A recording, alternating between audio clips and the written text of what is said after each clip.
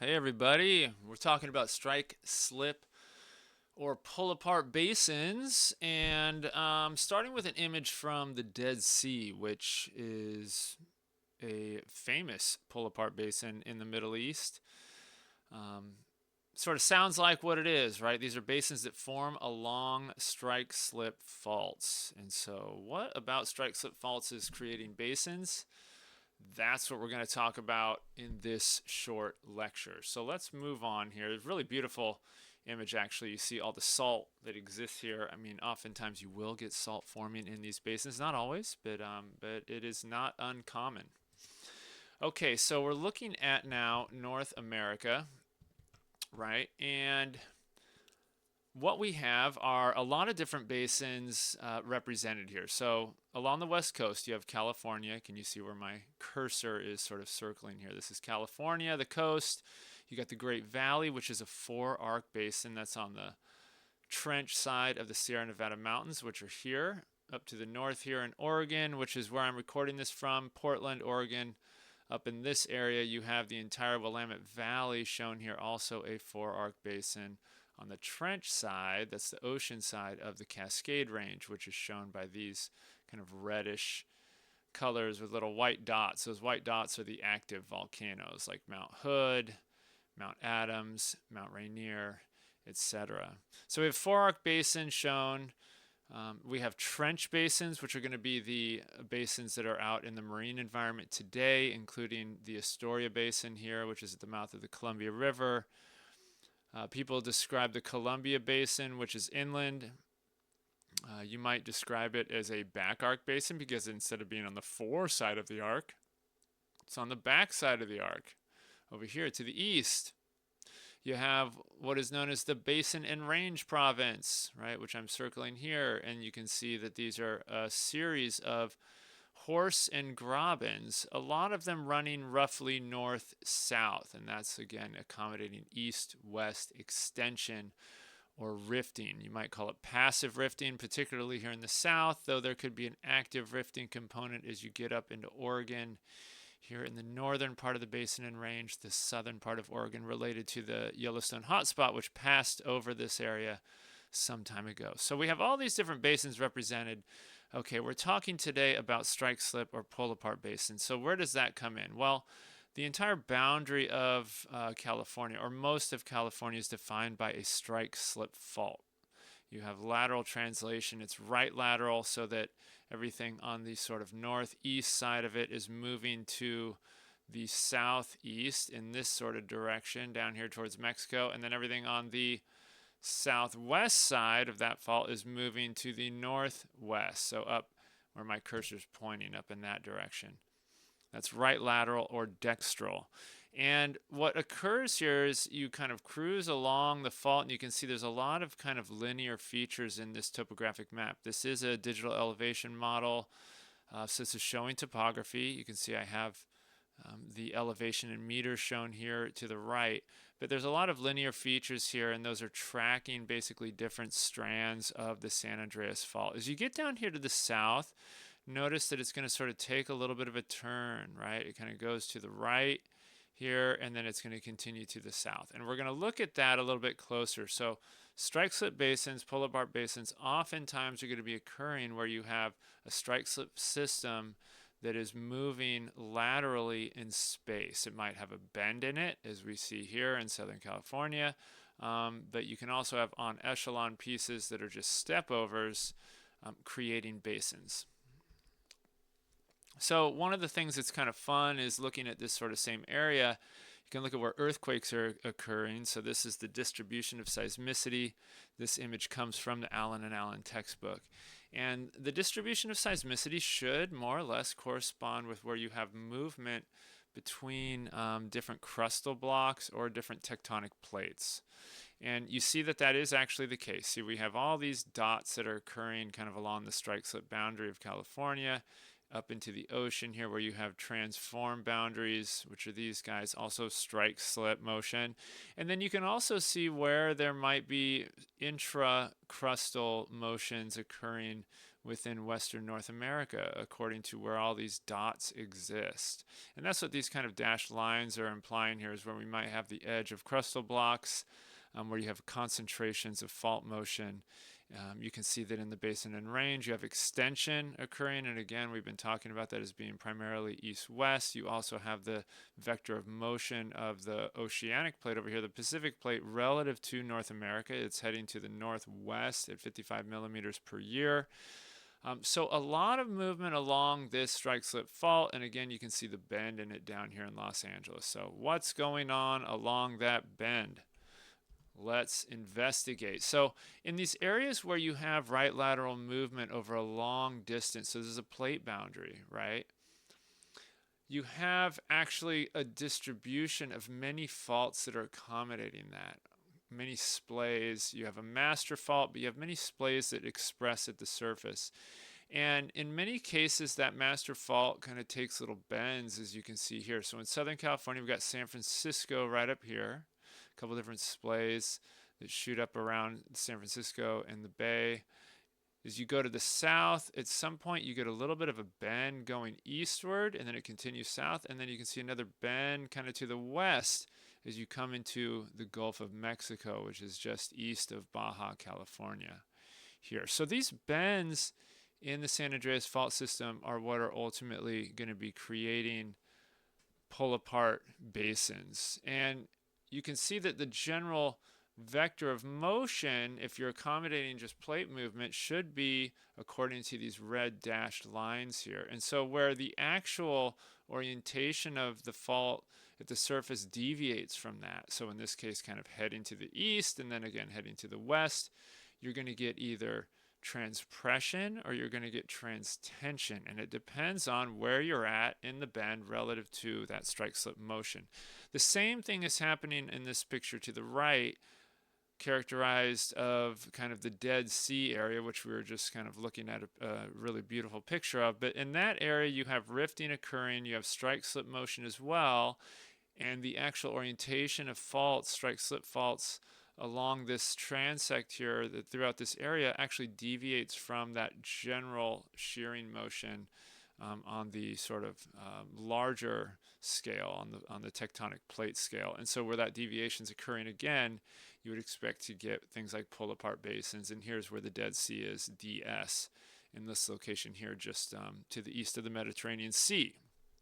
Okay, so some general points to make here. You know, when you're looking at the crust and the lithosphere, we've talked about rheology before. You think about sort of the fundamental concepts of lithosphere and crust, talking about compositional changes, rheological changes, etc. All that stuff comes into play here. So let's just do a little bit of a review for folks who are really up on this material already. But it's very much applicable to what we're going to be talking about. We're going to apply it to strike slip systems. So located below 10 to 25 kilometers in the mid to lower crust and the mantle. So we're getting deep down there into the mantle and the lower crust. So right around the moho, in other words. This is an area where we would see more ductile deformation happening. And in that general region, you also have high confining pressures because you're deep in the earth. So lithostatic pressure is really high. And so in those areas you would expect just above this, basically this is in the seismogenic part of the lithosphere, so the part that's going to be faulting and creating earthquakes, you're going to see a single fault zone that exists down there. So one master fault, in other words, that is deforming. And these master faults here are going to extend down to those depths, 10 to 15 kilometers, basically down to the point where you're getting into this ductile zone, so 10 to 25 kilometers. Now we're more ductile, and so, you know, not forming earthquakes that's below the seismogenic part of the lithosphere. But in the lower part of the seismogenic part of the lithosphere, you're seeing this 10 to 15 kilometer depth, you're seeing a master fault that exists, right? And that, again, is partly due to the fact that you have such high confining pressures in that area. So when things break, they're just going to break along one surface. Okay, and as that material, right, gets deeper, at some point it decouples into the sort of more ductile, deeper part of the lithosphere.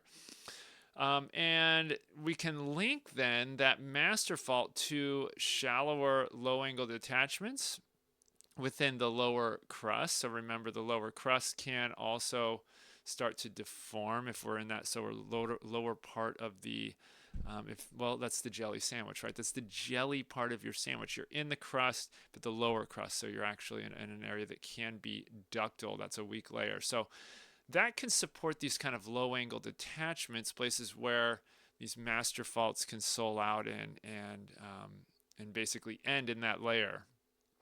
It allows for independent deformation of the upper crust, basically.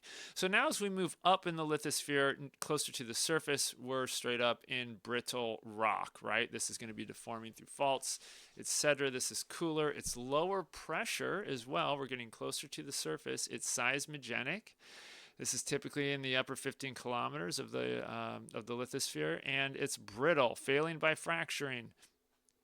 The single concentrated shear rising from the deeper ductile zone or detachment splays and diffuses through that brittle layer. So this is a key point. So a little bit deeper, right, in this 10 to 15 kilometer range, we're still in a brittle zone. So we still have earthquakes and faults, but we're concentrating our deformation on a single surface. As we get closer to the surface, less than 15 kilometers depth, that deformation is going to start becoming distributed, and it's going to splay and diffuse through the brittle crust, and that is accommodating total strain. So why is it doing that? Why is it splaying out into multiple faults? Well, the brittle upper crust is comprised of less competent material, so it's less stiff, it's more heterogeneous cover. Oftentimes this is sedimentary rocks in a basin.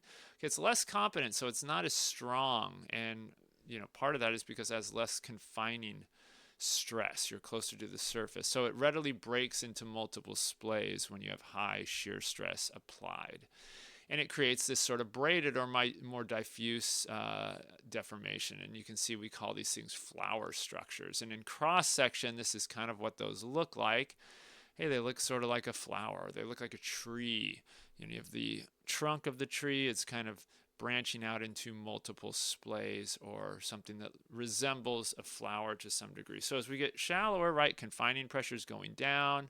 Our rock type is becoming less competent, and so the strain or the deformation is going to be distributed amongst all these features as opposed to being focused on one master fault as it is at depth. One way that I think about this is an analogy. I'm like, well, why does it do that, right? Competency, pressure, etc. Is sometimes I think about if you had a bunch of strands of spaghetti. I don't know if this is the perfect analogy, but if you have a bunch of dry spaghetti and you want to shear that, you just hold that in your hands. You want to shear it into two pieces. It's going to be hard to do, number one, but you're going to need a lot of stress in order to do that, right? But if you hold that spaghetti, or you wind it up really tightly, bind it up with rope or something, and then you start trying to shear it, you're going to potentially create one fault or one fracture, one plane where that is going to shear and deform. On the other hand, if you don't confine it, right, and you leave it kind of loose and then you start to shear it,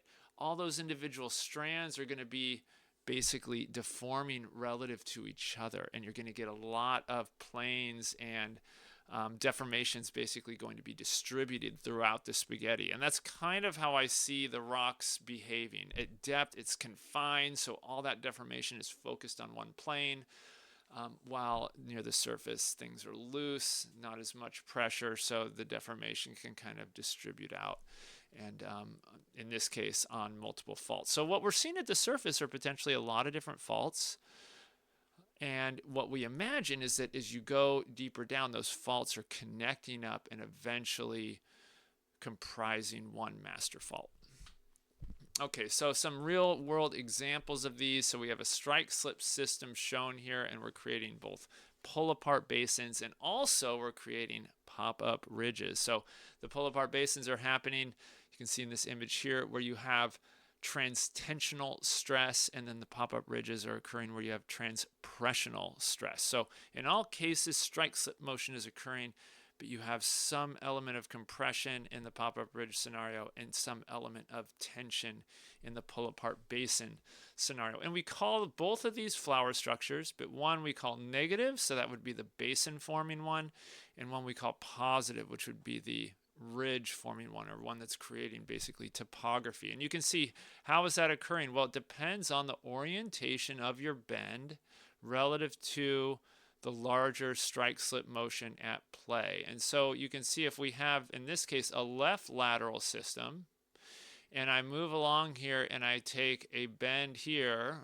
you can kind of see what would happen. This right side here is moving upwards. This left side is moving downwards. So I'm actually creating space here. I actually have extension occurring in this area, creating basically a pull-apart basin. In this case, going the opposite direction, now this block here is moving downward relative to this block on the right, and so they're running into each other, which creates shortening and uplift.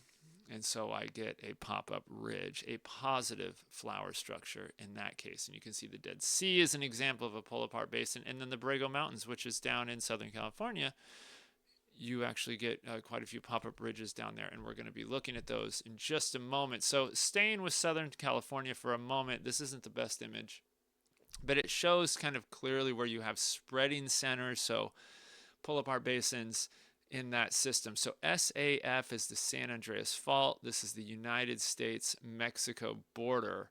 And as you come down here, you see there's this thing labeled the Salton Sea. You start stepping sort of to the south or to the southwest, and by doing so, you're actually creating extension like what we saw in this previous image. In the case of the San Andreas Fault, it's not left lateral, it's right lateral, but basically you're in this sort of a scenario right here as you come down here to the south along the San Andreas Fault system, and it basically moves or shifts to the south into towards the Gulf of California, creating those pull-apart basins. Pretty cool.